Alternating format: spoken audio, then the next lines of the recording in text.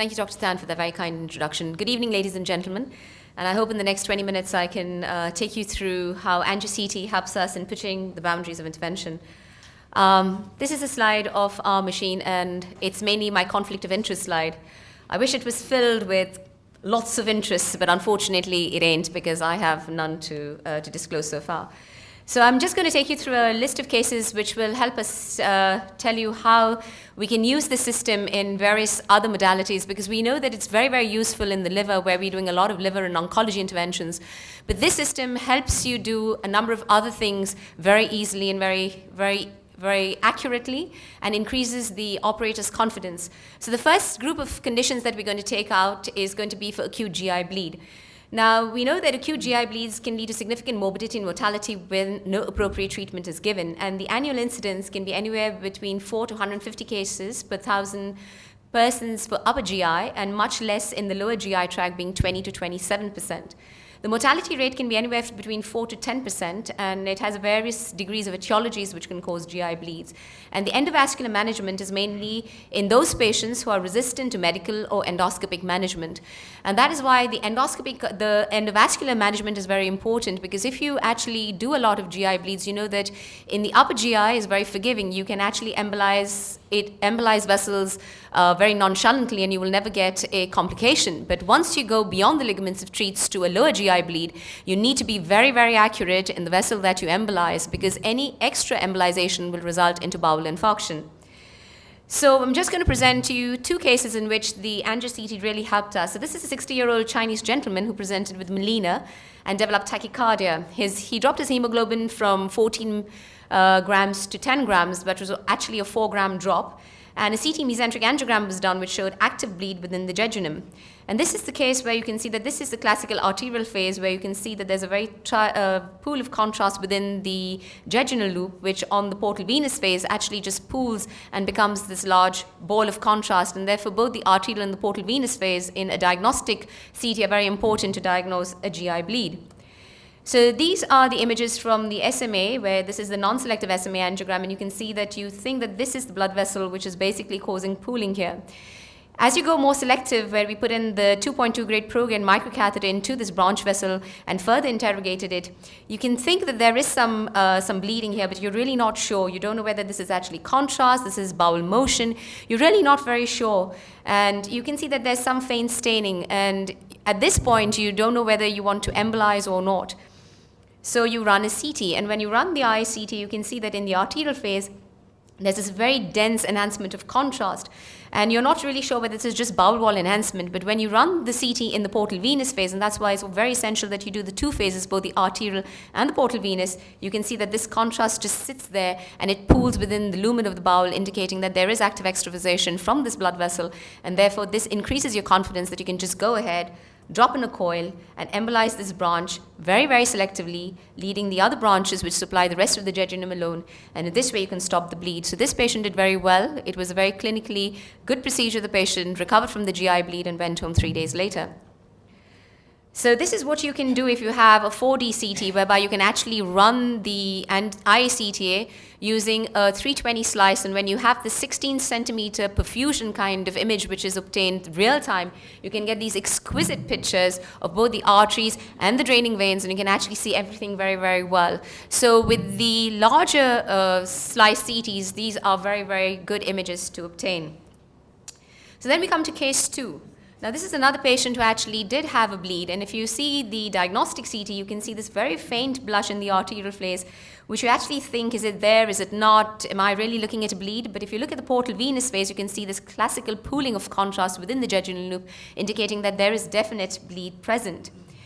And you know this patient is extremely unwell. He comes down to you, and this is classically what you will see at midnight when the patient is unwell, he's hypotensive, he is rapidly breathing. This patient was already given 20 milligrams of Buscopan, and you can see that with the motion, the DSA images are completely degraded. So then we shifted, rather than doing DSA, you can do something called as DT. And in DT, you can see that there is still a lot of bowel motion, which makes it very, very difficult to actually identify whether there is a bleed or whether there's no bleed. So in our situation, it's really difficult actually to get anesthetists in to intubate the patients, to paralyze them. And when the patients are so unstable, actually, it's much better to do them while they're awake, because once they get an anesthesia, they can actually drop BP and actually can crash on your table. So in these situations, when you really don't know what's happening and you don't know whether there is a bleed, because you must know whether to go ahead to cannulate all the different branches of the SMA and actually waste a lot of contrast, what you can do is just run an ICT. And this is what we did. We ran the ICT with the catheter non-selectively in the SMA. And what you can see is that you can see bowel enhancement. And what you need to observe is this loop of bowel.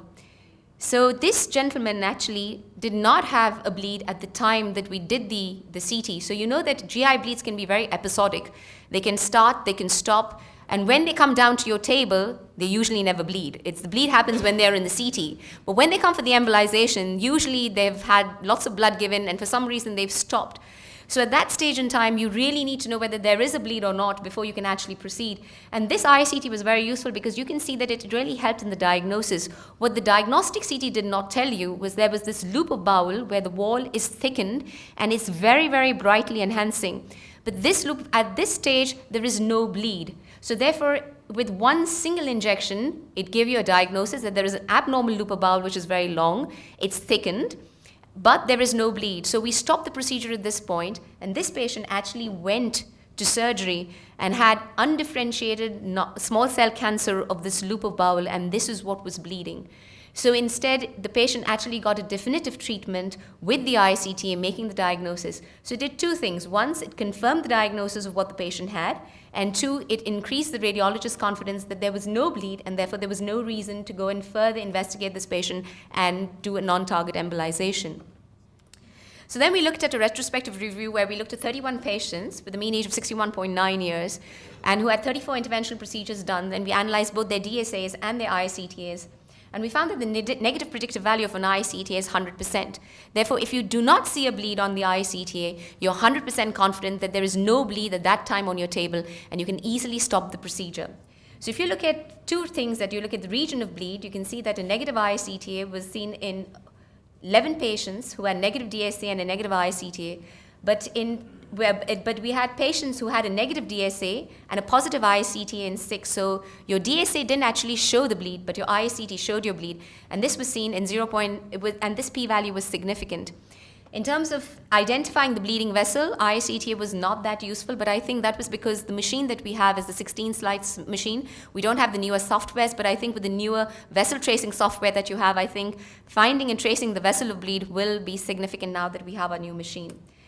So we can conclude that for acute GI bleeds, ICT is superior in detecting the region of the bleed as compared to DSA. It allows for better anatomical delineation as there's minimal image degradation from respiratory and peristaltic motion artifacts. It prevents inadvertent non-target embolization and improves the safety and the precision of embolization.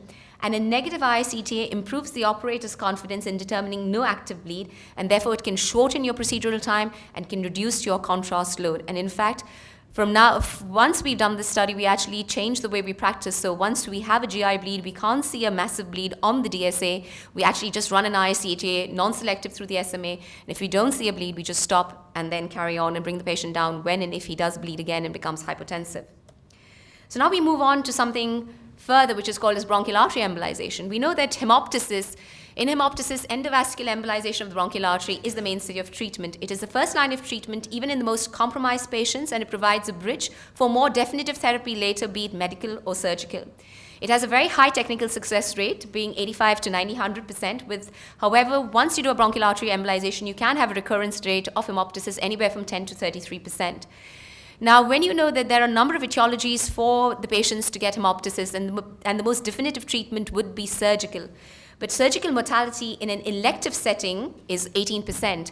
And if you try and do surgery in a patient who is in an emergency setting, that mortality goes up to 40%, indicating that your bronchial artery embolization is a very, very important tool in taking these patients out of their critical stage, stabilizing them, and then bridging them to a more definitive therapy. So we're going to show you a case of a 74-year-old Chinese gentleman who had a previous history of TB and had post-TB bronchiectasis. He had massive hemoptysis resulting in desaturation, for which he was intubated and sent to the ICU. He had a bronchoscopy done which showed there were blood clots obstructing the tracheobronchial tree, and there was active bleeding from the right upper lobe, and therefore he was referred to us for a BAE. And these are the images of his CT scan, where you can see that there's a lot of post-bronchiectatic change in the right upper lobe. You can see that there is some clot sitting within the trachea because of the hemoptysis, as well as in the right and the left main bronchus. And you can see there's a lot of alveolar hemorrhage all around, indicating that he's actually swallowed, breathed in a lot of his blood.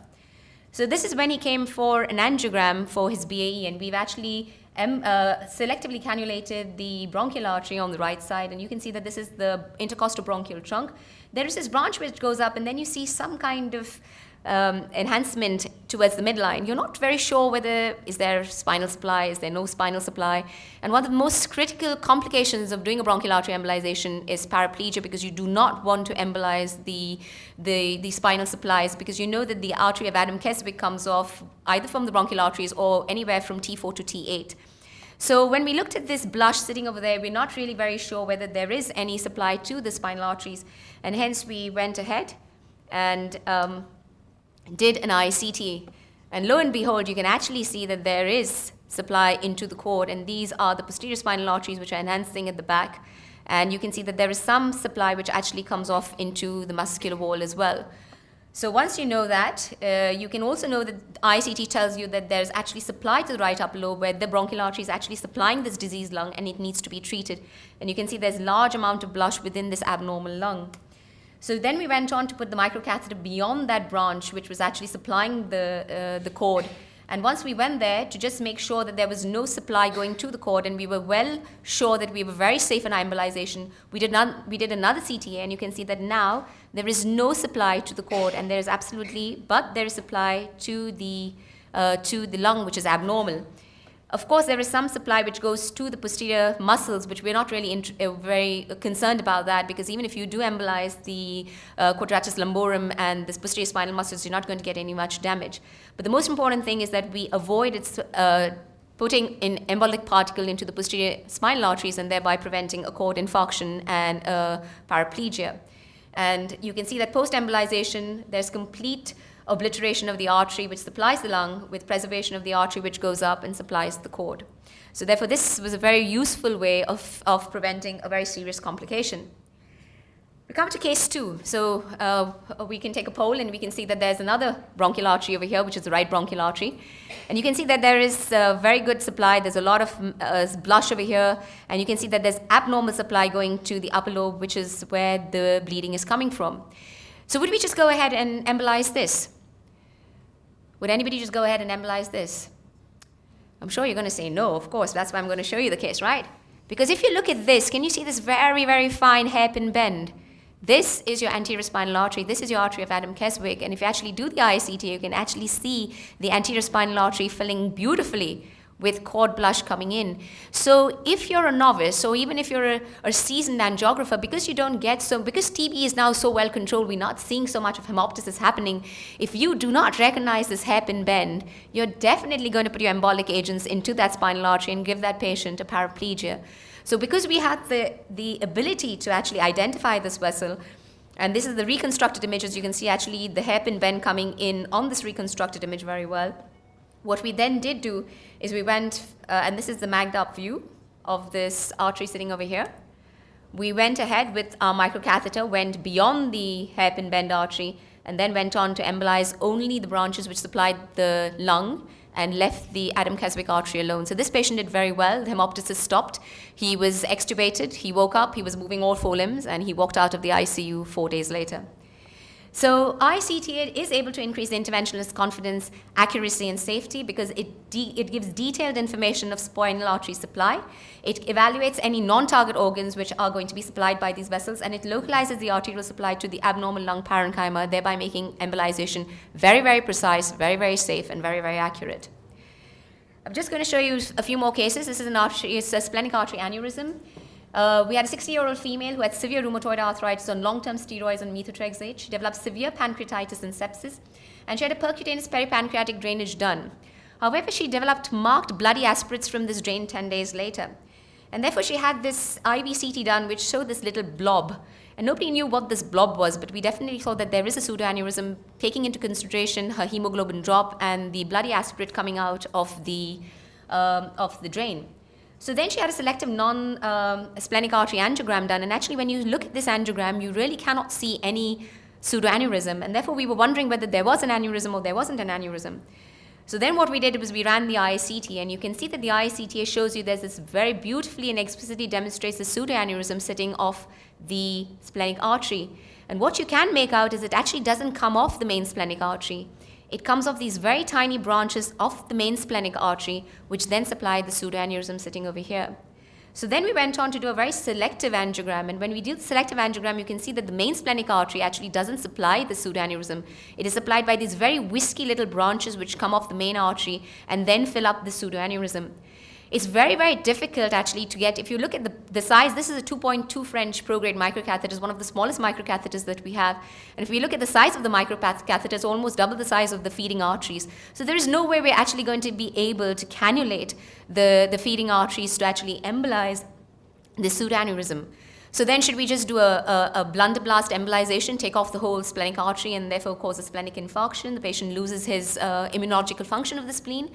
Or what should you do? So what we elected to do was that with the microcatheter marked so close to the aneurysm, we elected to inject lipidol. Now lipidol is embolic, but it also is very good because it stains the pseudoaneurysm and it stays there because it's not, unlike contrast, it's heavier. So it sits within the pseudoaneurysm for a longer period of time.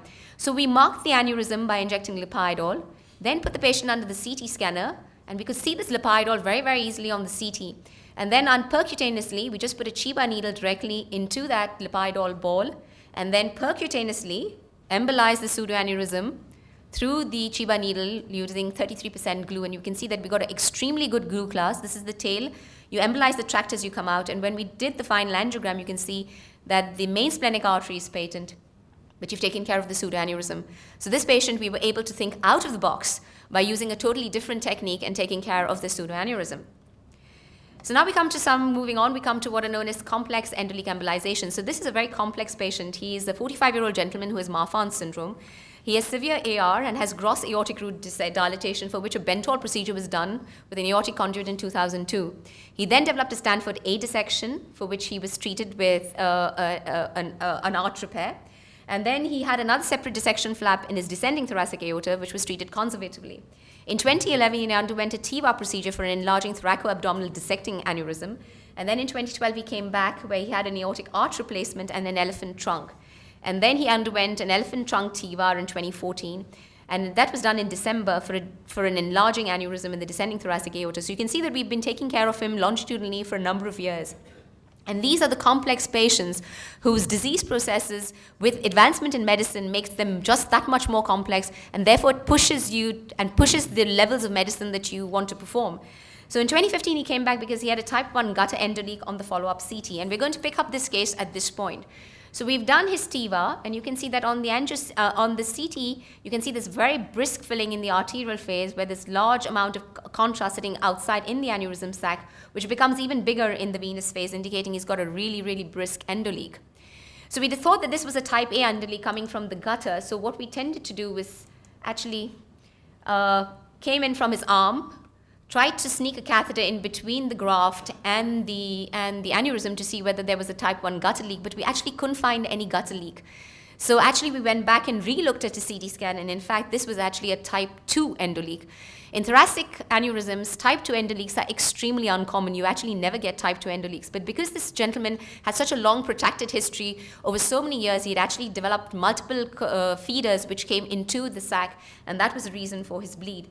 So what we elected to do is we put him on our CT table and did a direct sac puncture. You do direct sac punctures very often for abdominal aortic aneurysms, but for thoracic aortic aneurysms, they're quite difficult to do. So what we did was we did the CT on table with the markers, and you can see that this helped us define where the endoleak actually was located. We then elected a section to come in from the posterior mediastinum, and because you're very good at doing biopsies, we actually sneaked a Toshiba needle through the posterior mediastinum into the site where the endoleak is maximally present. It is very important to actually go through the posterior mediastinum because you do not want to transgress the pleura. If you transgress the pleura and enter into the sac, then you have a very high chance that you will actually have a bleed from the pseudoaneurysm sac into the pleural cavity, and your patient can actually exsanguinate on table.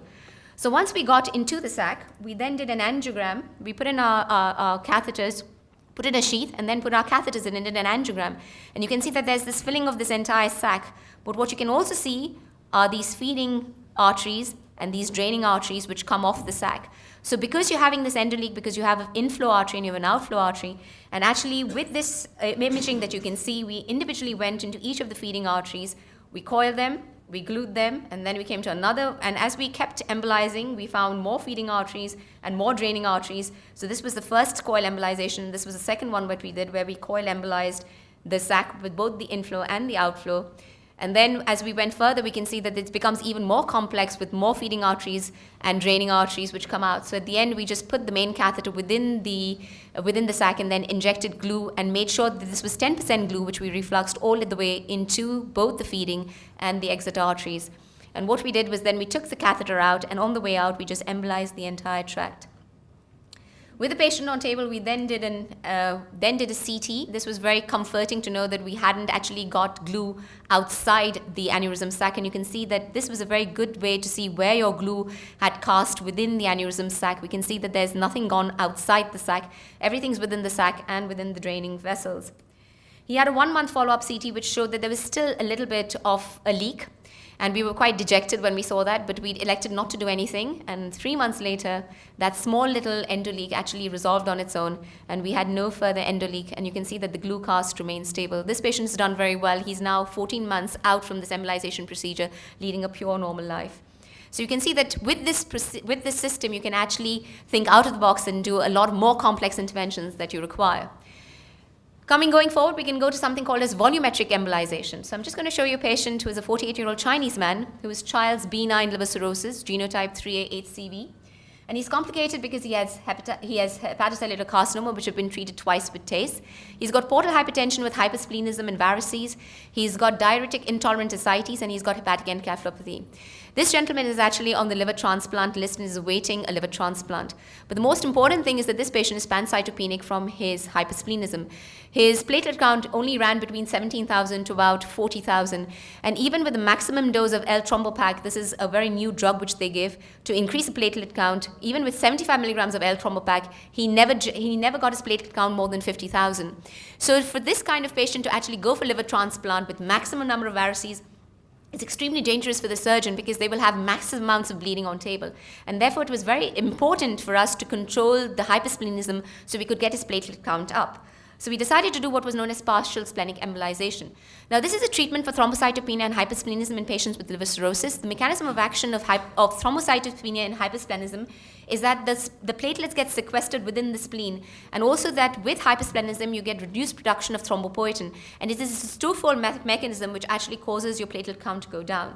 So the aim of doing a partial splenic embolization is that you want to embolize at least 50 to 70% of the total splenic volume, or if the spleen is not very large, then you want to embolize about 397 to 544 mils of spleen. It's quite a morbid procedure, okay? Partial splenic embolization should not be taken lightly. The morbidity can be up to 17% with a mortality of almost 12%. So when you're actually selecting these patients, you must have a very, very good criteria for actually doing this procedure. The results are that it improves the platelet count, and these platelet counts can go up twofold from baseline and can remain high up to 1 year. It also improves the WBC count, and therefore these patients tend to have less amount of infection. And furthermore, because you're taking away the large volume of blood which is summed by these large spleens, it also improves the liver function as more blood is now diverted towards the liver away from the spleen. So this is our gentleman who has a very, very large spleen. So you can actually do a volumetric calculation of his splenic volume, which is about 1,300 mils. This can be done from your diagnostic CT. So what we did was we did the main splenic artery, and you can see that it's very, very large, it's very, very tortuous, and we went into the posterior division.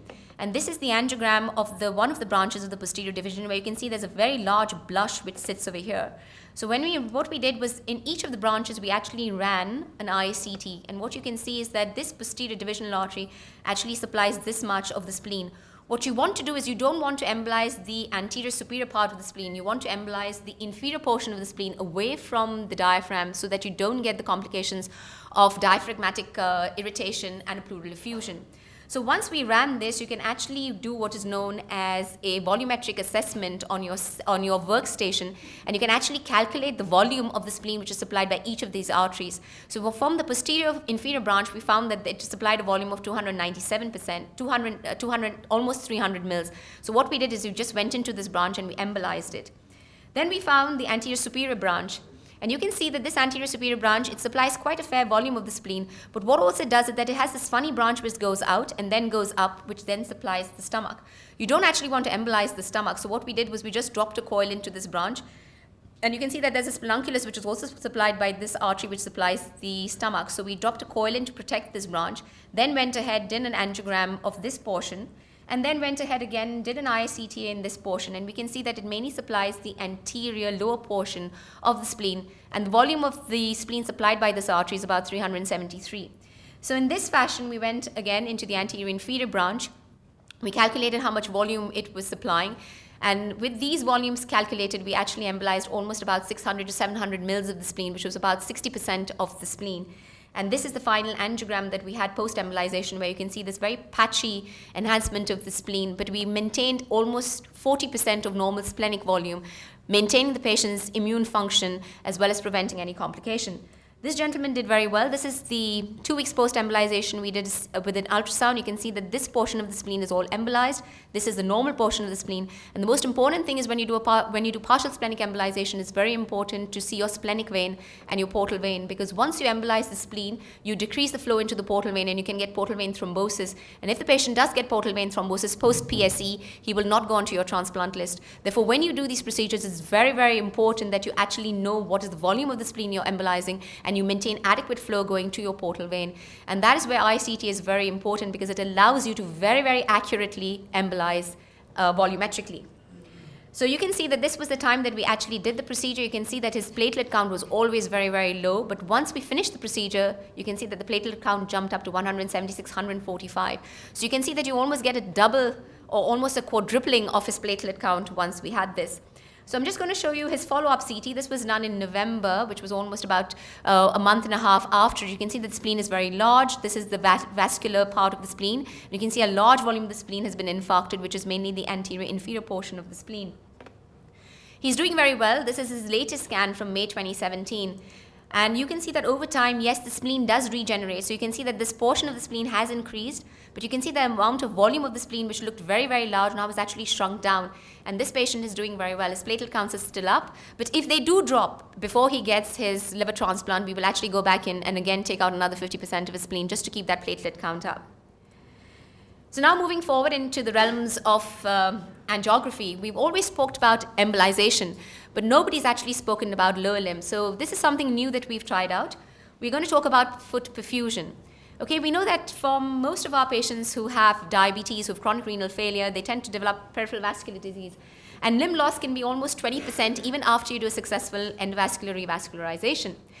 The subjective assessment of the macrovascular status on 2D angiography cannot actually accurately tell you which limbs you're going to salvage. Because even though you get straight line, inline flow going down to the foot, in diabetes what you're actually getting is microvascular angiopathy. And therefore you don't know whether even by increasing the perfusion pressure, whether you're going to salvage this foot or not. Therefore, the degree of foot perfusion or the microvascular state of the foot can be very important in determining whether the wound will heal, and thus you can salvage the limb. And that is why there are only about 2 pilot feasibility studies on the CT foot perfusion. And these have always been done with an IV CT. It's very, very technically challenging to do a foot CT because the foot has got very reduced baseline blood flow as compared to solid organs like the brain and the liver. They're very frequently adjacent to bones, and therefore there's a lot of beam hardening. Therefore, it's very difficult to calculate perfusion volumes, and there can be a lot of venous contamination. So the IV perfusion scans are not that very reliable. So what we decided to do is a pilot feasibility study to define whether an intra-arterial CT perfusion of the foot pre and post endovascular revascularization will give us any information whether this can determine the endpoint of your revascularization procedure, and then go on to determine whether you have done enough to get a foot salvage. So this was a pilot feasibility study which was IRB approved. We used both intra-arterial contrast to assess foot perfusion, and this assessment was done in the treatment room in the hybrid CT room. We did 3D volume perfusions to assess specific areas of interest, especially the wound area, and it was also done to evaluate the change in foot perfusion post-endovascular intervention and therefore determine the endpoint of the intervention. So this was the perfusion scan protocol. So we put in an arterial injection through the groin sheath. We used 12 mils of diluted contrast 40-60 at 4 mils per second. This was followed by a saline tracer of 12 mils at 4 mils per second. We had a single arterial input with the upslope method. This is the method that we used. We used an 8 cm volume. Okay, we have 120 slice CT, therefore we can only do a 4 centimeter perfusion, and that is why with our perfusion we have to use a jock. So the jock, what the jock does is that the CT scanner will move to 2 contiguous positions so that you can get 8 centimeters of coverage, because with a 4 centimeter coverage it's very, very small to then determine what your perfusion is going to be. So this jock feature actually can degrade your images a bit. And we did 2 perfusion CTs. One was before the revascularization and one was at the end of the revascularization, to then see what is the difference between the revascularization of the foot in a way. So this is a 71-year-old Malay gentleman. He has PVD, with an ulcer in the first metatarsal ulcer. He's got very poorly controlled diabetes, which is seen in almost all our patients, and is complicated by diabetic retinopathy and peripheral vascular disease. He's hypertension, hyperlipidemia, and he's got chronic kidney disease. His Doppler scan shows multifocal stenosis in the AT and the PT, and his toe pressure is very low on the right toe, being only 29. Okay, so this is his angiogram. You can see that he's got significant disease. His SFA is quite good. It's patent. There's no real disease in the supragenicular blood vessels, but if you look at his infragenicular blood vessels, it's all stenotic. It's very severely diseased, and if you look at the foot, the perfusion in the foot is really, really poor, with significant infratarsal disease as well. So you can see here, this is the pre-angiogram, which shows that it's really, really poor flow going into the foot. And when we did the foot perfusion over here, you can see that this is the upslope. You can see that it's a very low tissue perfusion that you're getting, even though the upslope of the artery is very good. And if you run the perfusion scan, you can see that the red is showing that there's maximum amount of blood flow, but almost the whole foot appears to be blue. So that indicates that the perfusion to the foot is not very, very good. So we went in and revascularized both the AT and the PT, and you can see that post-revascularization, you've got a very good patent arch, you've got very good flow going down to the foot. And therefore, when we did the scan, you can see that the tissue perfusion is improved significantly, because now this is above, with your arterial upstroke also being slightly faster, that indicating that the time to peak is much higher once you've revascularized the foot. And when we look at the perfusion scan, you can see that now it becomes redder. You can see that there's much better dermal perfusion, it's brighter, it's hotter, and therefore you can see that your endovascular procedures actually improve the perfusion to the foot. So when you look at the pre-images, you can see there's a lot of blue, there's not really much perfusion. But when we look at the post-images, you can see that there's very good improved perfusion of the foot. And when you actually do these, what you're looking at, you're measuring what is known as a total blood volume, which is going to the foot. And we generally tend to measure that in the region of the skin and also in the region of the muscles. And therefore, this becomes a little more complicated. We are still analyzing our data to find out whether this is actually useful. But we can definitely say that it is very, very reproducible. In the number of scans we've done, we know that we can do this procedure, and it's very, very reproducible. So in conclusion, do we see that Angio CT is a tool, or is it just an expensive gimmick? I mean, the machine costs a lot of money, but honestly, it improves your workflow so much better that it is an investment in the future. It increases the interventional radiologist's confidence. It improves the safety of the procedure that you're doing. It allows for exquisite anatomical delineation. IRs are more comfortable now interpreting CT images rather than fluoroscopy and DSA images. It allows the performance of very complex procedures with ease, and it allows IRs to think out of the box and develop new treatment strategies and paradigms. I'd like to thank the following people and acknowledge their contributions to developing this presentation, and I thank you for your attention.